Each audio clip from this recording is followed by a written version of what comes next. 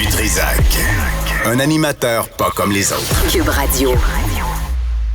Il y a un article dans la presse là, qui est intéressant, qui est inquiétant aussi, ce qui se passe dans les écoles quand on vient pour leur parler de sexualité ou de différence des genres ou de, ce qu'on a le goût dans la vue, simplement. Marie Houzeau est avec nous, directrice générale de GRI Montréal. Marie, bonjour, bienvenue. Expliquez-moi d'abord, c'est quoi, expliquez-nous GRI Montréal, là, quelle est votre mission? Oui, donc ça veut dire Groupe de recherche et d'intervention sociale de Montréal. Puis moi, je travaille avec des bénévoles qui vont rencontrer les jeunes dans les écoles, entamer le dialogue, parler de leur vécu comme personnes LGBT, répondre à toutes leurs questions de façon tout à fait authentique, tout à fait franche. C'est vraiment pour permettre de mettre un visage sur des réalités que parfois certains jeunes ne connaissent qu'à travers certains préjugés. Quand, Marie, vous êtes jeune, là, on parle de quel âge?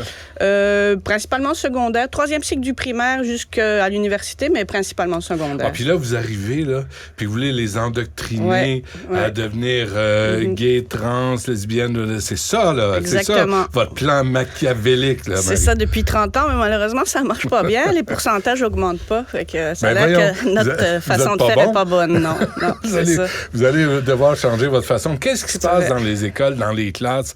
Parce qu'à une époque, là, moi, je suis assez vieux, j'ai vu la transition. La révolution féministe, la révolution de la communauté homosexuelle, lesbienne. Dire, là, il faut qu'on change nos comportements. Il faut qu'on accepte les gens qui décident ou qui ont une sexualité différente de la nôtre. Oui. Ben, j'ai l'impression qu'en fait, justement, ces générations-là ont pavé la voie, qu'on a eu de plus en plus de droits, de présence, de reconnaissance, d'ouverture, en fait. Puis peut-être que maintenant, une espèce de backlash, peut-être qu'on voit trop de gens qui affirment le fait qu'ils sont différents, qu'ils font partie des minorités. Et certaines personnes, ça commence à, semble-t-il, les déranger. Et puis, il y a aussi, évidemment, semble-t-il, en tout cas, une récupération politique de ces questions-là. OK. Juste revenir à ce que vous venez de dire. Est-ce que ça se peut que... Tu sais, l'autre jour, on faisait jouer un extrait d'une émission à Radio-Canada où tout le monde se parle de Yel. Puis moi, ma réaction, là, Marie, c'est juste... Arrêtez de nous faire chier avec ça. C'est correct. On veut la mort de personne. On veut la haine de personne. Mais arrêtez. Sortez la tête de votre nombril, puis regardez ce qui se passe dans la société, puis impliquez-vous, parce qu'on déteste personne. Oui. Ben, est-ce que je peux être franche avec vous, M. Allez-y, on se parle. Je dirais Benoît, c'est bon.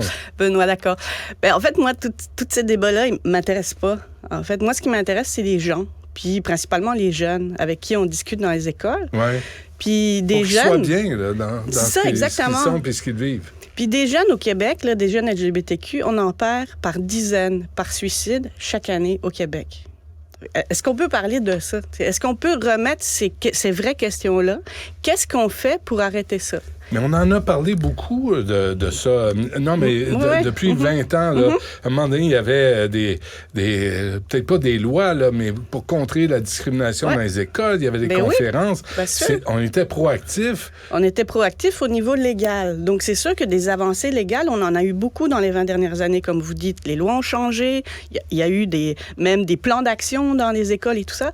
Mais ce qu'on appelle l'égalité sociale, donc l'acceptation sociale, ben ça avance pas aussi vite que les lois. Et malheureusement, nos jeunes, ils sont encore victimes de ça. Moi, ça fait 20 ans... Mais sincèrement, là, j'ai l'impression qu'on s'en fout de la sexualité. Tu sais, dans le sens que, tu sais, entre adultes consentants, là, ça ne nous regarde pas en termes de ce qui est légal, là, tu sais, pas d'abus, pas rien, pas de violence, pas rien. Mais il me semblait que le Québec, là, on avait passé des étapes là-dessus. Bien, manifestement, non. Puis je sais que Benoît, vous êtes un homme qui aime les lettres, l'écriture et la lecture. Je vous en ai préparé, si vous voulez juste... Vous allez voir ce que certains jeunes, en tout cas, nous disent dans les écoles. Pas tous, évidemment, heureusement, ça reste une minorité. Mais vous allez voir où on est. Et sacramouille. Attendez, vous voulez que je le lise? Oui, s'il vous plaît, oui. En marge d'une question sur les signes d'affection entre hommes ou entre femmes, citation, « Si je vois ça, je vais les tuer », accompagné d'un dessin de tête de mort, un garçon de 10 ans en 5e année. Je pense que c'est pas normal et dégoûtant. J'aimerais que ça arrête, mais je ne suis pas homophobe. Je ne les supporte juste pas. C'est un choix personnel. Une fille de 13 ans, secondaire 2. Les gays ne méritent pas mon respect. Les humains sont des mammifères et si tu ne te reproduis pas, tu es donc inutile à la société. Alors ils doivent se suicider. un gars de 15 ans en secondaire 3. Quelque chose de dégueulasse qui me dégoûte. Je ne supporte pas de voir le monde s'en aller vers une direction où tout le monde peut... Voilà. Ça, ce sont des commentaires récoltés dans la dernière année dans les écoles du Québec, la grande région de Montréal. Je vous dis pas qu'ils sont tous comme ça, nos jeunes. Et évidemment non, et heureusement. Mais ça existe.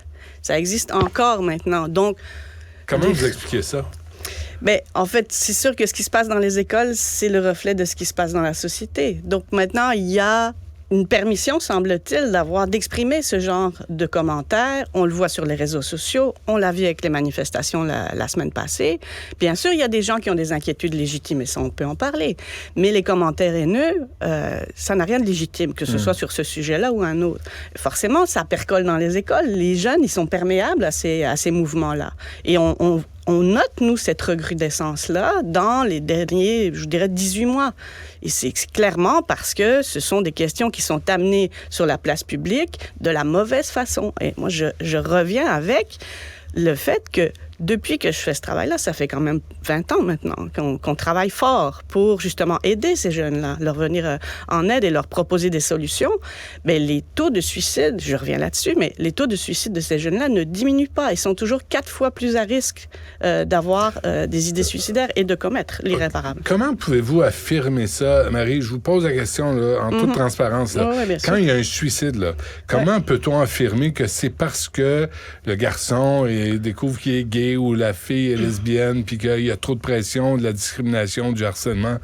Comment on fait pour savoir ça? Alors, c'est sûr que ce sont même, d'ailleurs, des chiffres qui sont probablement sous-estimés, parce que il y a certains suicides dont on ne connaît pas la raison, mais il y a des lettres qui sont laissées, il y a des échanges, il y a des conversations qui peuvent avoir lieu autour... Donc, c'est répertorié. Ah oui, c'est répertorié. C'est clairement... La recherche le dit, clairement.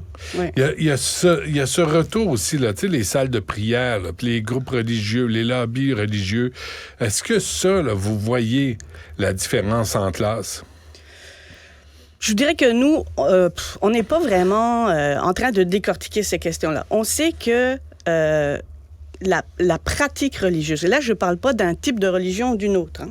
Le fait que quelqu'un soit pratiquant vertement, je dirais, ou fortement, ça a une influence sur son niveau de confort ou d'inconfort vis-à-vis des réalités LGBTQ. Confort ou tolérance? Nos questionnaires, en fait, notre mesure, c'est un niveau de confort. Donc, je ne peux pas vous parler de tolérance parce que ça, c'est les chiffres que nous, on a. Mais ce que vous avez lu tantôt, tirez-en vos propres conclusions sur la tolérance. Mais c'est de l'homophobie claire, là, puis transparence, c'est de l'intolérance, c'est d'haïr les gays et lesbiennes. Oui, d'ailleurs, en fait, vous m'ouvrez la porte là-dessus parce que vous savez qu'on est un organisme communautaire, donc on fait des campagnes de sensibilisation, mais on a aussi besoin de sous. Et notre campagne de cette année, on la lance aujourd'hui, d'ailleurs, je vous l'annonce ça en primeur. Mais le slogan, c'est ça, c'est démorcer l'intolérance et semer l'espoir. Parce que ces jeunes-là, ils ont besoin d'espoir pour qu'ils arrêtent de voir la solution radicale comme la seule possible. Et moi, j'aimerais que les adultes qui sont autour, et surtout les adultes en responsabilité, nos gouvernements, les gens qui ont accès à des micros, ils réfléchissent à ces questions-là. Toutes les semaines, j'ai des parents qui me parlent de leur détresse, de voir leurs jeunes qui n'osent plus aller à l'école parce que, ils s'y sentent pas bien, ils vivent de l'intimidation. Et à l'inverse, j'ai aussi des jeunes qui me disent qu'ils sont pas bien à la maison parce que leurs parents sont pas acceptants. C'est là-dessus qu'il faut travailler ensemble, tous ensemble comme société. Je veux dire, on ne peut pas se permettre de perdre nos jeunes comme ça. Avant qu'on se quitte, Marie Houzeau, qu'est-ce que vous pensez de ce comité de sages, là, cette théorie, on n'embarquera pas là-dedans, là, on n'a pas le temps, mais théorie des jambes et tout ça. Là, mais tout ce qui touche à la sexualité, ce qui est important à aborder dans une société, là. Bien, ce qui est important à aborder dans une société, c'est l'ouverture à l'autre. Hein. La mission de l'école, c'est qualifier, socialiser, instruire. Socialiser, ça veut dire quoi? Apprendre à vivre ensemble. Puis c'est pas théorique qu'il y a des diversités. C'est très pratique, ça. Moi, les théories, ça m'intéresse pas. La pratique, c'est la diversité. Elle existe dans nos écoles. Enseignons à nos jeunes à la respecter. Et la tolérance. Exactement. Marie Houzeau, bonne chance de Gris Montréal. Merci. C'est le levée de fonds, c'est là? On la lance aujourd'hui. Oui, absolument. Parfait. Bonne chance. Merci beaucoup. Merci à vous. Ce segment est aussi disponible en vidéo sur l'application Cube ou le site cube.ca. Restez connectés. Tout ce que vous avez manqué est disponible sur l'application Cube ou en ligne